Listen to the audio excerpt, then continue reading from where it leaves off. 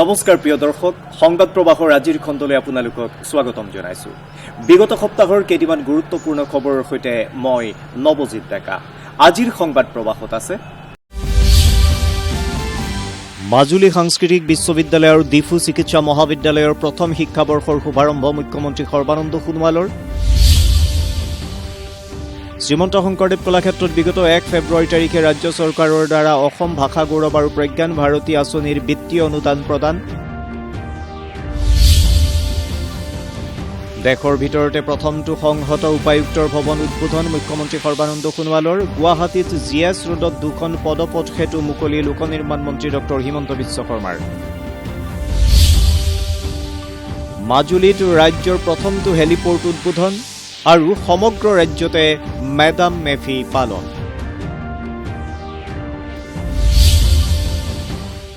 প্ৰিয় দৰ্শক, সংবাদ প্ৰবাহৰ আৰম্ভণিতে দিব খুজিছো শৈক্ষিক ক্ষেত্ৰৰ দুটি গুৰুত্বপূৰ্ণ খবৰ। প্ৰথমটো হৈছে মাজুলী সাংস্কৃতিক বিশ্ববিদ্যালয়ৰ প্ৰথমটো শৈক্ষিক বৰ্ষৰ পাঠদানৰ মুকলি আৰু দ্বিতীয়টো হৈছে ডিফু চিকিৎসা মহাবিদ্যালয়ৰ প্ৰথম শিক্ষাবৰ্ষৰ শুভাৰম্ভ কৰে মুখ্যমন্ত্ৰী সৰ্বানন্দ সোণোৱালে। তাৰে কিছু খবৰ। মুখ্যমন্ত্ৰী সৰ্বানন্দ সোণোৱালে যোৱা 3 ফেব্ৰুৱাৰী তাৰিখে মাজুলীৰ বনগাঁওস্থিত পূব মাজুলী মহাবিদ্যালয়ত ৰাজ্যখনৰ শৈক্ষিক ক্ষেত্ৰখনত নতুন মাত্ৰা সংযোজনেৰে মাজুলী সাংস্কৃতিক বিশ্ববিদ্যালয়ৰ প্ৰথমটো শৈক্ষিক বৰ্ষৰ পাঠদান আনুষ্ঠানিকভাৱে মুকলি কৰে।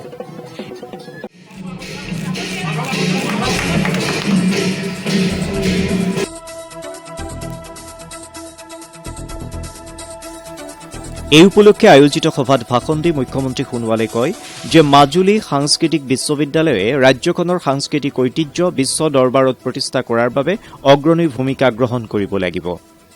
ৰাজ্যৰ আধ্যাত্মিক আৰু সাংস্কৃতিক জীৱনধাৰাৰ অন্যতম পীঠস্থান মাজুলীত এই সাংস্কৃতিক বিশ্ববিদ্যালয় স্থাপনে অসমৰ বৰ্ণাঢ্য সাংস্কৃতিক জীৱনধাৰাক আগুৱাই নিব বুলি মুখ্যমন্ত্ৰীগৰাকীয়ে মত প্ৰকাশ কৰে।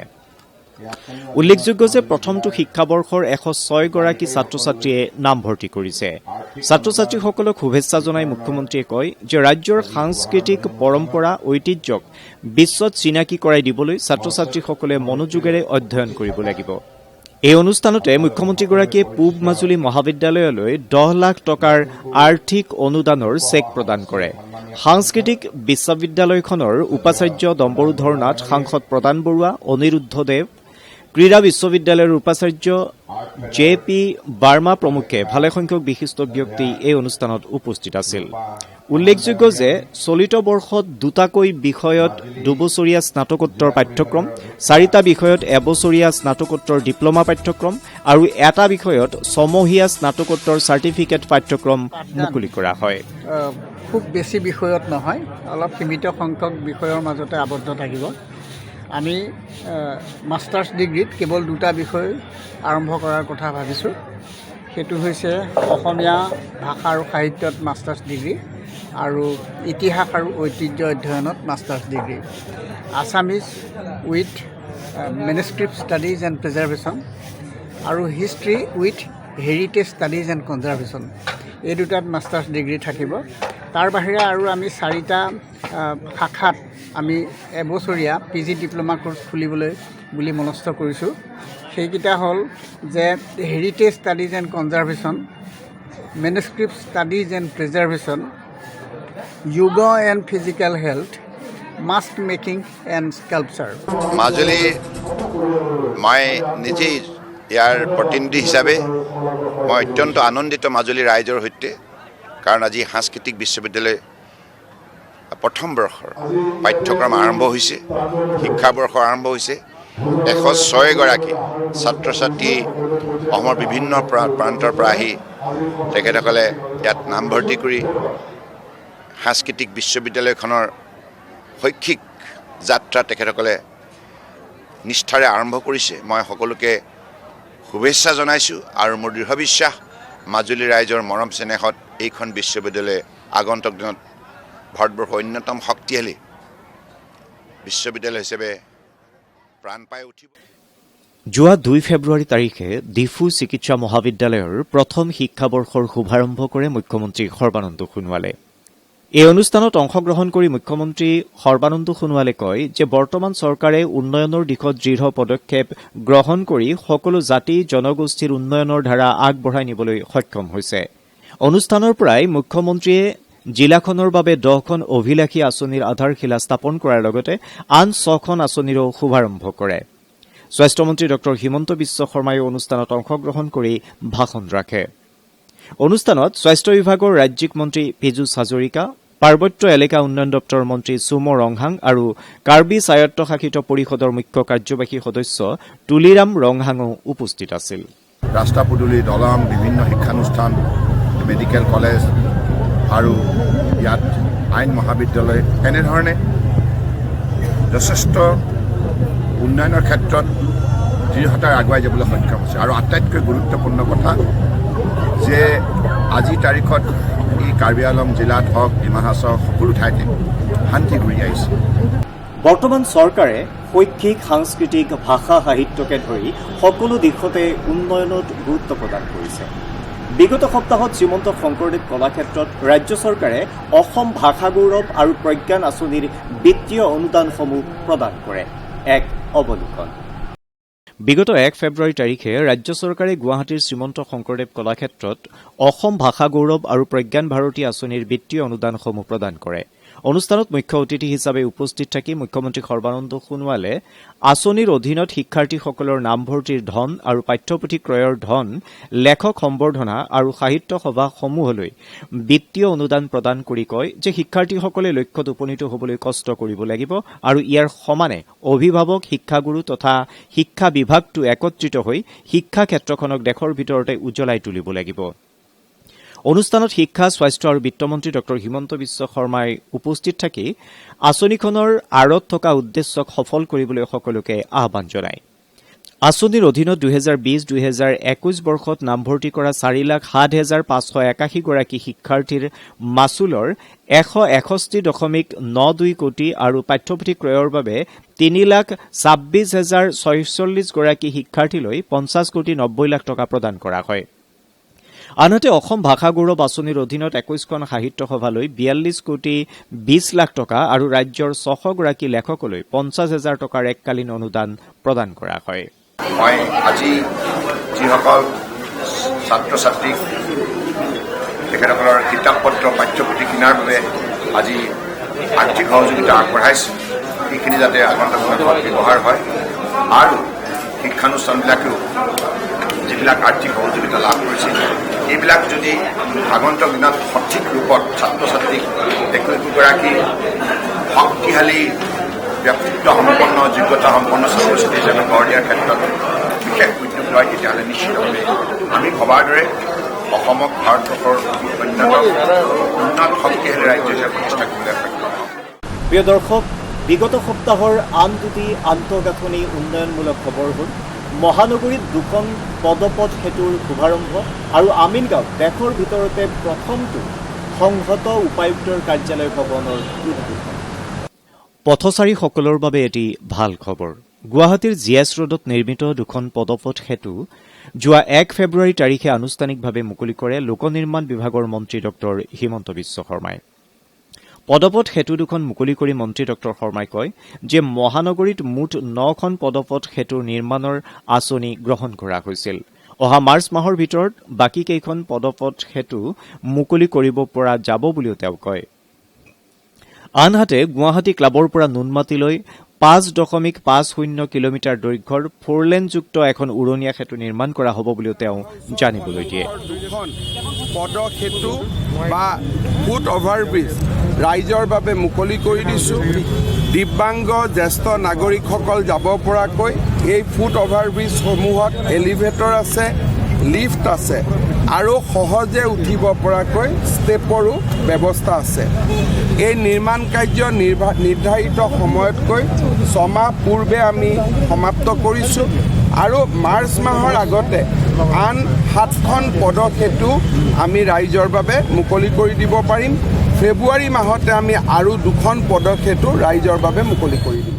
বিগত 1 ফেব্ৰুৱাৰী তাৰিখে মুখ্যমন্ত্ৰী সৰ্বানন্দ সোণোৱালে আমিনগাঁৱত নৱনিৰ্মিত দেশৰ ভিতৰতে প্ৰথমটো সংহত উপায়ুক্তৰ কাৰ্যালয় ভৱন আনুষ্ঠানিকভাৱে মুকলি কৰে। ভৱনটো উদ্বোধন কৰি মুখ্যমন্ত্ৰীয়ে কয় যে ৰাজ্য চৰকাৰে সদায় সুশাসনৰ পোষকতা কৰি আহিছে।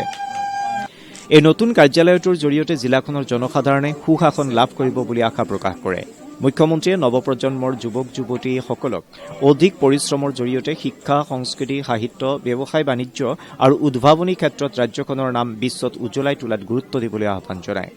অনুষ্ঠানত অংশগ্ৰহণ কৰি বিত্তমন্ত্ৰী ড হিমন্ত বিশ্ব শৰ্মাই কয় যে আমিনগাঁওক এক পৰ্যটনস্থলী হিচাপে গঢ়ি তুলিবলৈ পৰিকল্পনা কৰা হৈছে।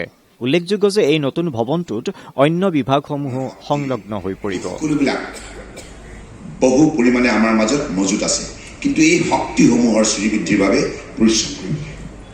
এই কাৰ্যালয়ৰ বিশেষত্ব হ'ল যে ই এটা ইণ্টিগ্ৰেটেড ডেপুটি কমিশ্যনাৰ কাৰ্যালয়, অৰ্থাৎ জিলা উপায়ুক্তৰ লগত সংলগ্ন এটেচড অফিচ হিচাপে যাক আমি জানো, এক্সাইজ, ইলেকশ্যন, এইবিলাকৰ উপৰিও আমি অতিৰিক্তকৈ স্বাস্থ্য বিভাগ, শিক্ষা বিভাগ আদিও এই কাৰ্যালয়ৰ লগত আমি সংলগ্ন কৰি দিব পাৰিছোঁ।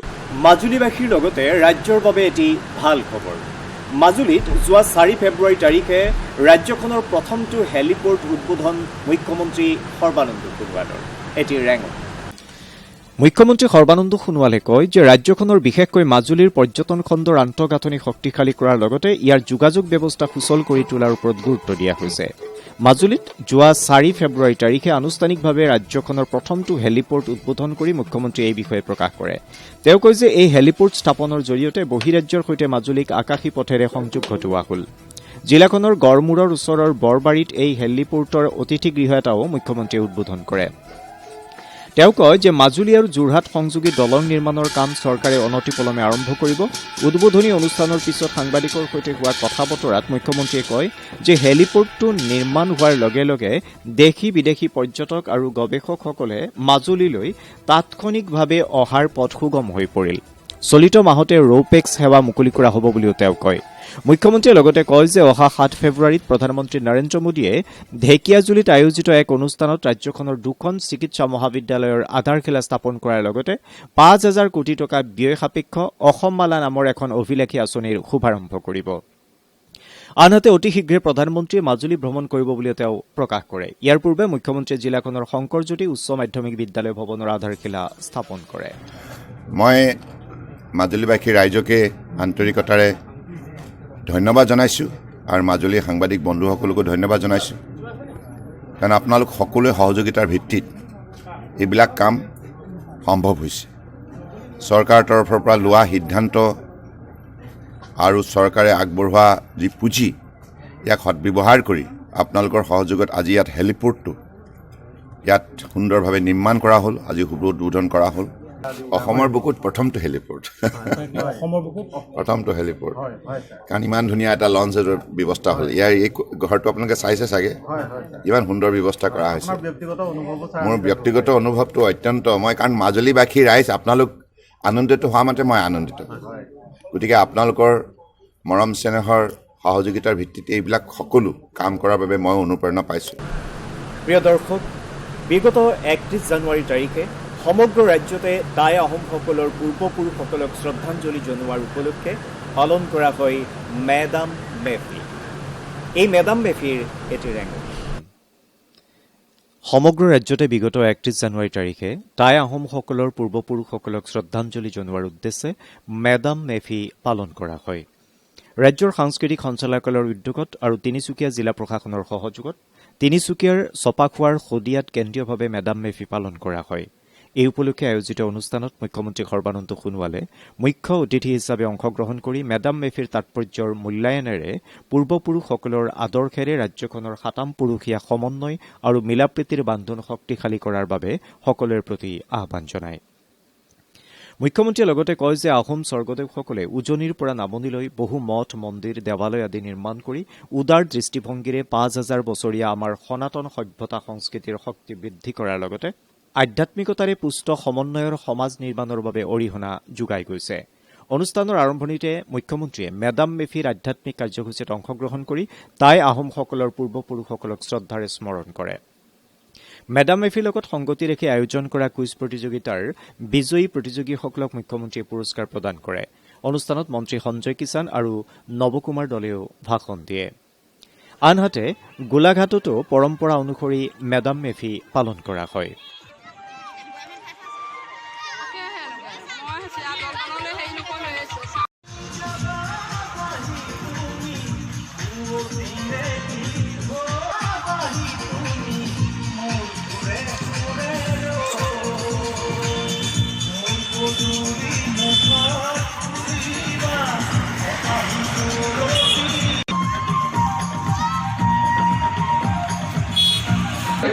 তেওঁলোকক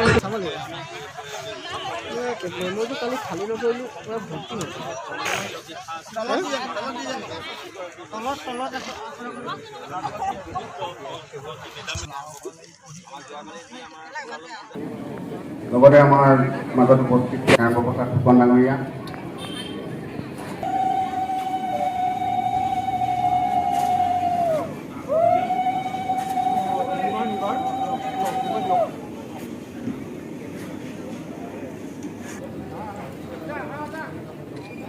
মুহূৰ্তত আমি সমূহ অসমবাসী ৰাইজলৈ শুভেচ্ছা জ্ঞাপন কৰিছোঁ আৰু আজিৰ দিনটোত আমি উপৰি পুৰুষৰ পৰা আশীৰ্বাদ বিচাৰিছোঁ যে দেশ জাতি সমাজৰ প্ৰতি আমি যাতে দায়বদ্ধতাৰে কাম কৰি যাব পাৰোঁ। দেশত বিভিন্ন সমস্যাৰ ভাৰাক্ৰান্ত হৈছে, সমস্যাসমূহৰ পৰা যাতে মানৱ জাতি উদ্ধাৰ হয়, এইখিনি আশা কৰি আমি আজি মেডাম মেফি অনুষ্ঠিত কৰিছোঁ। মেডাম মেফি পতা হয় উপৰি পুৰুষসকলৰ কাৰণে পতা হয়, যিহেতু নেকি মৃতকসকলৰ কৰা পূজা, সেয়া হৈছে মেডাম মেফি। যোৰহাটতো মেডাম মেফি পালনেৰে টাই আহোমসকলৰ পূৰ্বপুৰুষসকলক শ্ৰদ্ধাঞ্জলি জনোৱা হয়।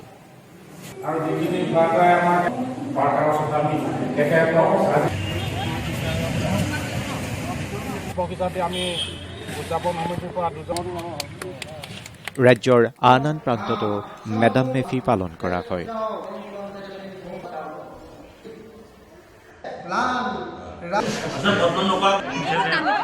আমি আমাৰ উপৰি পুৰুষসকলক স্মৰণ কৰোঁ, লগতে আমাৰ দেৱতাসকলকো স্মৰণ কৰোঁ।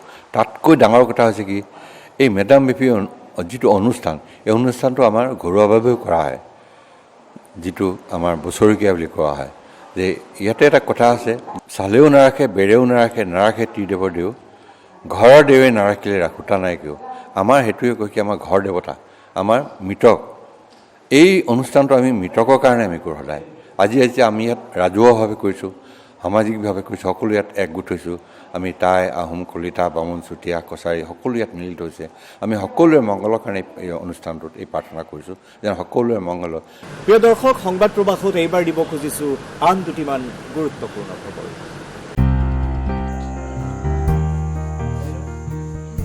আৰু মাত্ৰ কেইটামান দিনৰ পিছতে বৃন্দাবনী বস্ত্ৰখোদিত গুৰু এখন অসমৰ ৰাইজক প্ৰদান কৰিব নাজিৰাৰ এজন ভাস্কৰ্য শিল্পীয়ে। ভাস্কৰ্য শিল্পক পেচা হিচাপে লৈ নিজে স্বাৱলম্বী হোৱাৰ লগতে অসমৰ ৰাইজলৈ একক প্ৰচেষ্টাৰে মহাপুৰুষ শ্ৰীমন্ত শংকৰদেৱৰ অপূৰ্ব সৃষ্টি বৃন্দাবনী বস্ত্ৰ নিজ হাতে তৈয়াৰ কৰিছে এইজন শিল্পীয়ে। অসমৰ লোকে মহাপুৰুষ শ্ৰীমন্ত শংকৰদেৱৰ অপূৰ্ব সৃষ্টি বৃন্দাবনী বস্ত্ৰৰ আৰ্হিত যাতে চাব পাৰে, তাৰ বাবেই শিল্পীজনৰ এই মহান প্ৰয়াস। নাজিৰাৰ আদ্য গজলা শ্ৰী শ্ৰী সৌকাজান সত্ৰৰ ডেকা সত্ৰীয়া অমৃত মহন্তই 2016 চনৰ পৰা নিৰলস প্ৰচেষ্টাৰে এককভাৱে কাঠত খোদিত কৰিছে গুৰুজনাৰ অপূৰ্ব সৃষ্টি বৃন্দাবনী বস্ত্ৰ। ইতিমধ্যে কাঠত খোদিত বৃন্দাবনী বস্ত্ৰৰ আৰ্হি গুৰু আসনত প্ৰতিষ্ঠা কৰিছে শিল্পীজনে।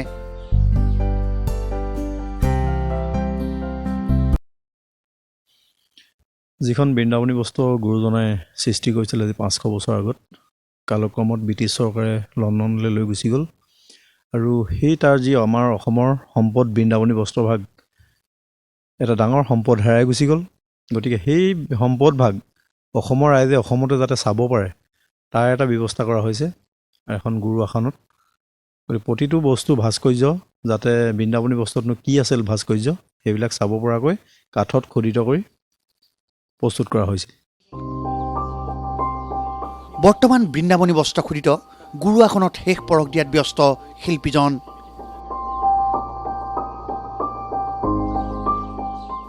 হেঙুল খাইতাল ৰং বুলোৱা হৈছে গুৰু আসনখনত। হেঙুল খাইতাল ৰং ব্যৱহাৰৰ ফলত বহুদিনলৈ সুৰক্ষিত হৈ থাকিব কাঠত খোদিত এই বৃন্দাবনী বস্ত্ৰ।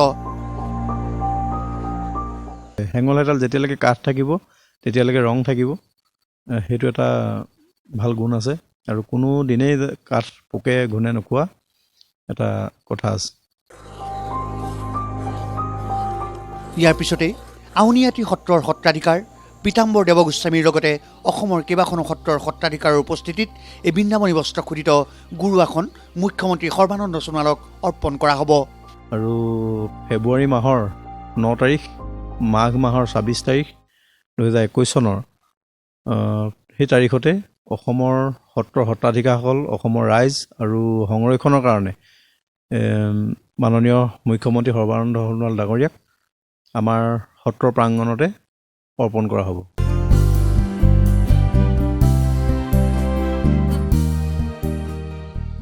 ইয়াৰ বাবে অহা 9 ফেব্ৰুৱাৰীত শৌকাজান সত্ৰত উপস্থিত থাকিব ৰাজ্যৰ মুখ্যমন্ত্ৰী সৰ্বানন্দ সোণোৱাল।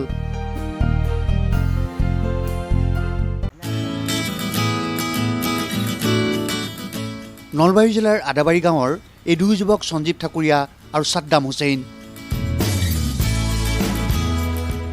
এই দুই যুৱক এতিয়া অঞ্চলটোৰ বহুতৰ বাবে আদৰ্শ হৈ পৰিছে। এই দুই যুৱকে বিভিন্ন কৃষি কৰ্মৰে উপাৰ্জনৰ পথ মোকলোৱাৰ লগতে শেহতীয়াভাৱে নাৰ্জী ফুলৰ খেতি কৰি এক আদৰ্শ দেখুৱাবলৈ সক্ষম হৈছে। দুই যুৱকে পাগলাদিয়া নৈৰ পাৰত 2 বিঘা মাটিত নাৰ্জী ফুলৰ খেতি কৰি ইতিমধ্যে 45,000 টকাৰ ফুল বিক্ৰী কৰিছে। অহা মাৰ্চ মাহলৈ তেওঁলোকে ফুল বিক্ৰী কৰি প্ৰায় 1 লাখ টকা উপাৰ্জন কৰিবলৈ সক্ষম হ'ব বুলি আশা প্ৰকাশ কৰিছে। দুয়োগৰাকী যুৱকে জানিবলৈ দিয়া মতে তেওঁলোকে এই নাৰ্জী ফুলসমূহ গুৱাহাটীৰ শুক্লেশ্বৰ ঘাটত ব্যৱসায়ীৰ ওচৰত বিক্ৰী কৰে।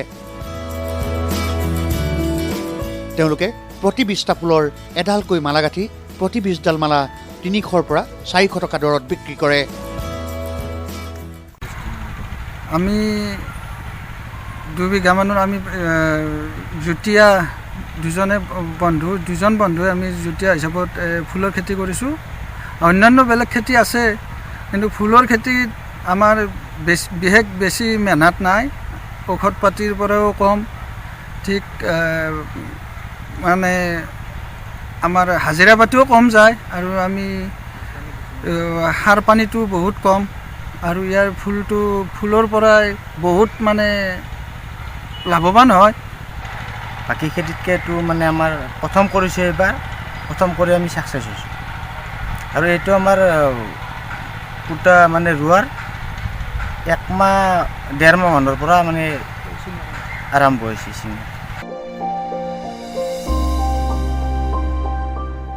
যুৱকদ্বয়ে প্ৰকাশ কৰা মতে নাৰ্জী ফুলৰ খেতিত খৰচ আৰু কষ্ট কম হোৱাৰ বিপৰীতে ইয়াৰ পৰা লাভ যথেষ্ট বেছি পোৱা যায়।